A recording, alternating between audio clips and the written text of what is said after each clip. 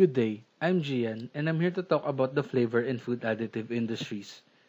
But before we discuss the dreaded flow diagrams or descriptions of some of the processes for the said industries, let's first have a brief introduction on what flavors and food additives are. According to Merriam-Webster Dictionary, flavor is the perceptual impression of food or other substances, and is determined primarily by the chemical senses of the gustatory and olfactory system. In layman's term, it's just how sweet, sour, salty, or bitter something is. Linear to that definition, there are only four basic flavors which the nerve ending in the taste buds on the tongue can detect. They are sweet, sour, salty, and bitter, as what I have said before. Now here are some common compounds used in the flavoring industries. Vanillin for the vanilla flavor, isoamyl acetate for the banana taste, pyrazine for bell peppers, and so on. You might wonder why ethyl maltol is defined as smells like caramel. The reason is there are some materials that we could utilize for both flavors and fragrances. A prime example for that is vanilla.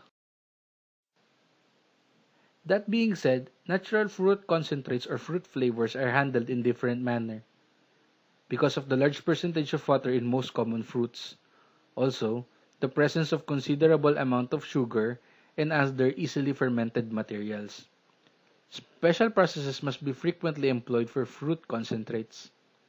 These processes are distillation and extraction of fruit, the extraction of juice, and lastly, the concentration of the juice. The first flow diagram to be discussed is the distillation and extraction of apples, cherries, strawberries, and raspberries. The ripe fruit is stoned and reduced to minimum size possible.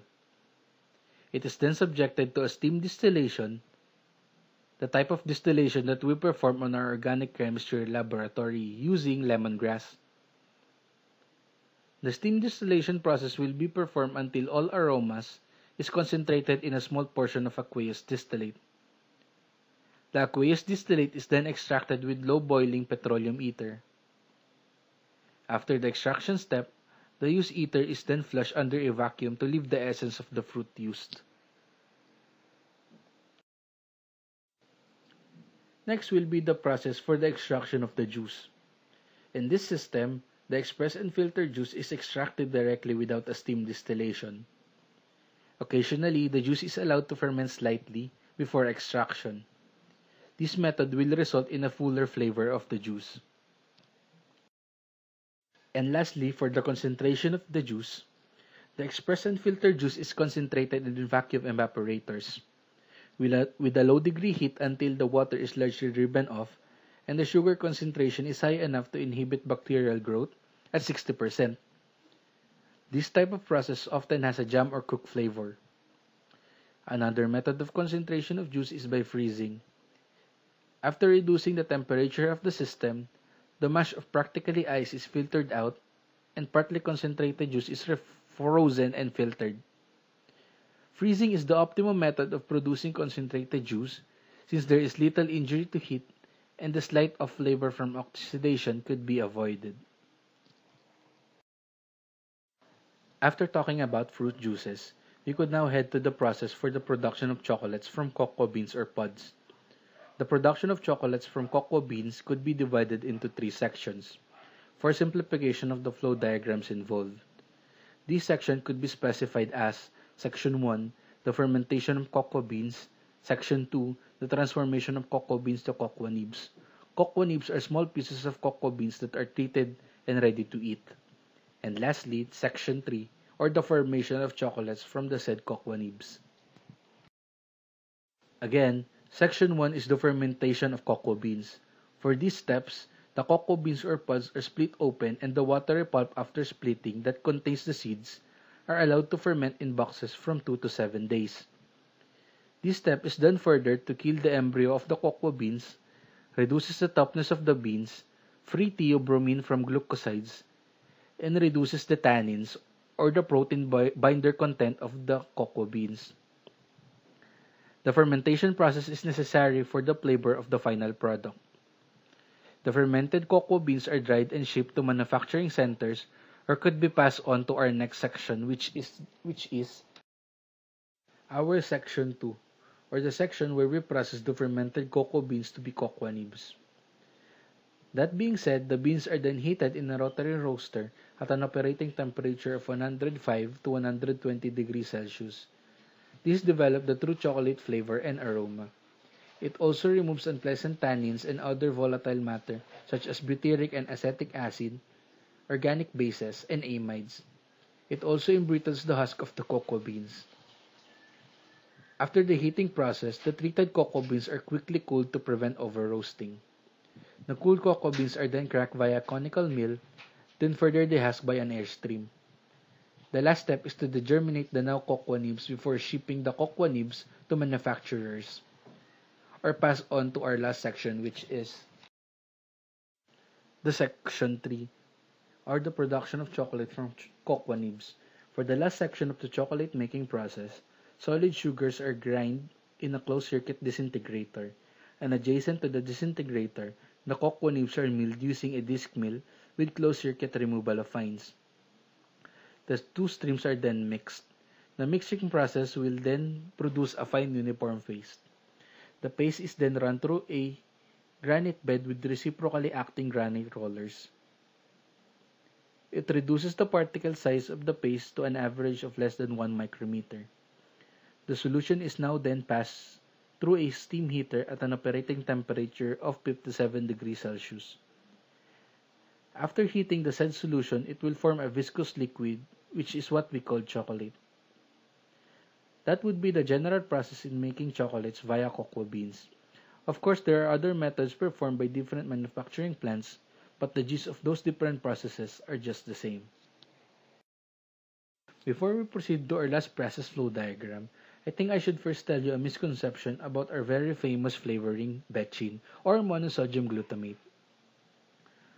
The most common perception about MSG or monosodium glutamate is that this specific product is bad for the health. But did you know that according to the National Academy of Science, National Research Council, MSG in food is not harmful.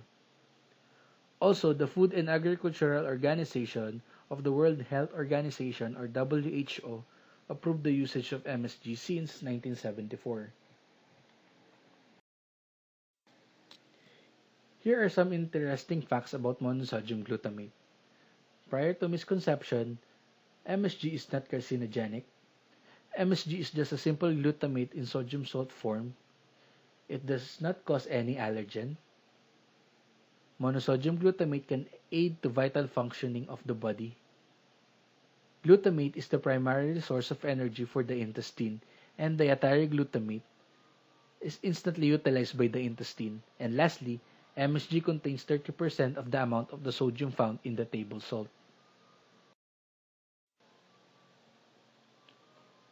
Now that we know a little bit more about MSG, we could go further deeper in understanding the said material by knowing how it is made.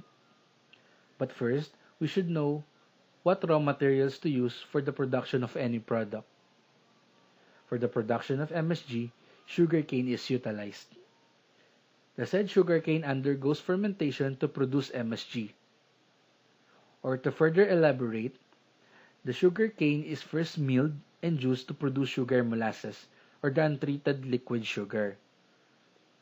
Then the stream is fed to a fermenter, where the reaction happens via fermentative microbes. The fermentation takes place for about 2 days for maximum efficiency of the fermentation process. Then, after the fermentation takes place, the untreated monosodium glutamate from the fermenter undergoes the purification steps. In this process flow diagram, the purification happens from a series of hydrolyzer, usually with caustic soda, a neutralization and acidification tank for the hydrolysate, followed by a filtering tank. The purpose of this set of equipment is to purify and clarify the monosodium glutamate solution before concentrating it. Then, the unconcentrated solution is fed further to a concentration or a crystallization tank. In this equipment, the crystallization of the solution takes place. Next would be a centrifugal filtration of the crystals, or the drying process to further solidify the MSG solution. To remove moisture and other unwanted impurities, the MSG crystal is then passed through a dryer and lastly screened to remove large chunks of unwanted impurities. Then, the MSG crystal or betchin is now ready to be packed and sold from different retailers. After the flavoring industry, we could now proceed to food additives. But since our reference book Shreves does not include an industry or process as its reference, this presentation will not include process flow discussion for food additives. But instead, let's tackle the classification of food additives and the common additives used in our daily lives.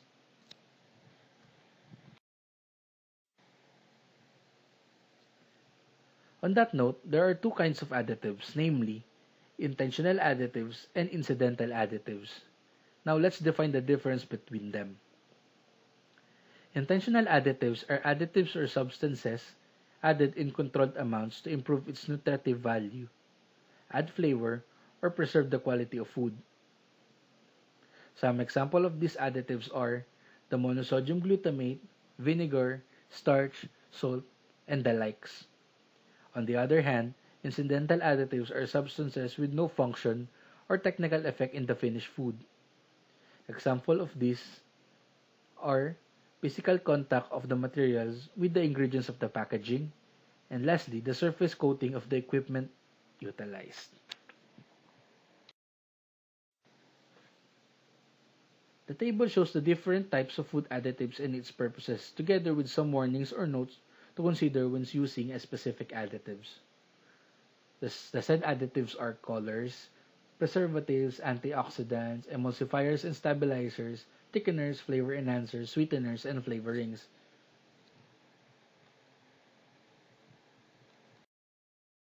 The next table would be the commonly used additives in our daily lives and its purposes.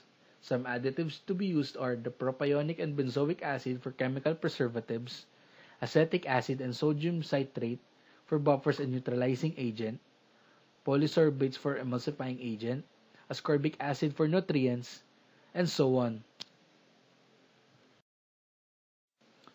And that concludes our discussion about flavors and food additives and its industries.